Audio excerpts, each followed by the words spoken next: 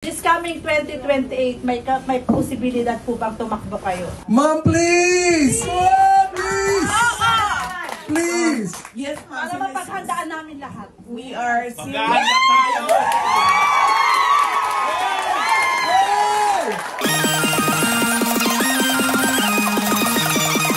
Eto na nga mga Karizar, ang bagong mainit na balita. So ang ating VP Sara Duterte nang bumisita sa ating mga kababayan.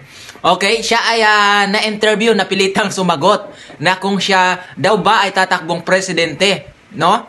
Ang sagot niya ay we are seriously considering, no? Yan ang sabi niya sa interview. Napilitan lamang siyang sumagot, no, doon sa kanyang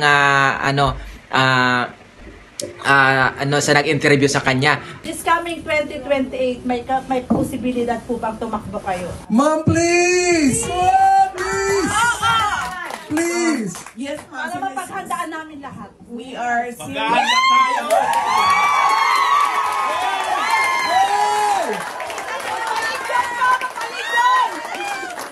We are seriously considering, ma'am. Please!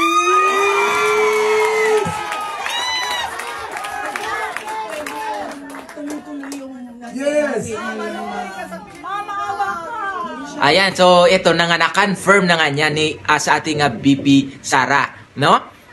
Sabi niya nga, we are seriously considering, no, to run as a president sa 2028. Ayan, ang ganda nito, guys, ha? Si VP Sara mismo. Okay, isang hakbang papunta sa pagpapatuloy, no, ng tunay na pagbabago. Okay, sa gitna ng mabilis na pagbabago sa politika ng Pilipinas, isang anunsyo muling nagpapagalaw sa puso't isipan ng maraming Pilipino. Ang seryosong pag-iisip ni Sara Duterte na tumakbo bilang Pangulo ng Bansa sa darating na 2028. Isang simpleng pahayag, ngunit punong-puno ng bigat na nagdadala ng bagong bugso ng usapin, pananabik at kaba, lalo na sa buhay ng oposisyon, okay? Tagapagmana ng tapang at malasakit.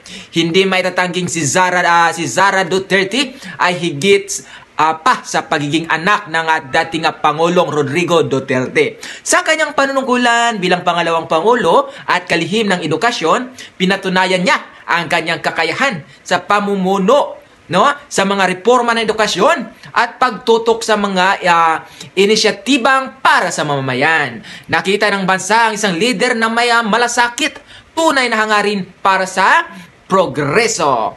Okay, mga Karizar, bakit ka kinakabahan ng mga oposisyon? Ito na nga, kinakabahan ng mga oposisyon ni VP Sara. Sa anunsyong ito, hindi may kakaila na muling nag-aalab ang kaba sa hanay ng mga kritiko at oposisyon. Bakit nga ba?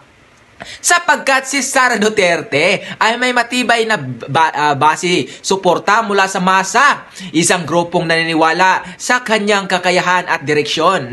Isa na dyan ang ating INC, no, to suporta sa ating Vice Presidente. Alam ng marami na ang pangalan niya ay simbolo ng tapang, disiplina at pagbabago, mga katangiang patuloy na hinahanap ng mga Pilipino sa kanilang mga leader. Okay? Tandaan nyo yan, mga Karizar. Pag-asa para sa mas matatag na bukas. Para sa maraming Pilipino, ang posibilidad na tumakbo si Sara Duterte bilang Pangulo ay isang bagong liwanag ng pag-asa, di ba? Isa itong pagkakataon upang maipagpatuloy ang mga advokasya at programang nagbigay ng makabuluhang pagbabago sa bansa. O di ba nga? Siya ang susunod sa yapak ng kanyang ama na si Tatay Digong. Siya ang magpapatuloy sa pangarap sa pagbabago sa Pilipinas. Okay? Okay, ito naman, Rizar, ang hamon at panawagan. Ngunit hindi maging madali ang landas patungong 2028, ha? Kasi may 3 taon pa. Sa likod ng bawat hakbang ay ang hamon na patunayan ang kakayahan at magbigay ng solusyon sa mga isyong hinaharap ng bansa. Okay? Tandaan nyo, sa kabila nito, isa lamang ang malinaw. ang posibilidad ng kandidatura ni Sara Duterte ay patuloy na magsisilbing inspirasyon para sa marami. Okay? At bahala naman, okay? Babala naman sa mga hindi believe sa kanyang liderato. Okay, babala tayo sa mga walang believe sa kanyang liderato. Habang papalapit ang 2028 mga Karizar, walang duda ang pangalan ni Sara Duterte ay patuloy na magiging sentro ng mga usapin. Isang bagay ang sigurado. May isang bagay tayong sigurado dito. Ang mga Pilipino ang magpapasya kung sino ang susunod na magiging tagapagdala ng kanilang pangarap sa bayan. Okay? Kayo, mga Karizar, ano ang pananaw ninyo tungkol dito? Handa na ba ang bansa para sa isang Duterte na naman na upo sa Malacanang? Ibahagi ang inyong mga opinion, ha? Ibahagi ang inyong mga opinion at mga comments dito sa ating video na sa vlog na ito. Okay? Sa mga ating mga supporters dyan, ha? Lang kayo, mag-comment kayo kung ano ang inyong mga opinion dyan para lagi po tayo updated, no? Para lagi nating ma-share, no? Ang ating mga opinion.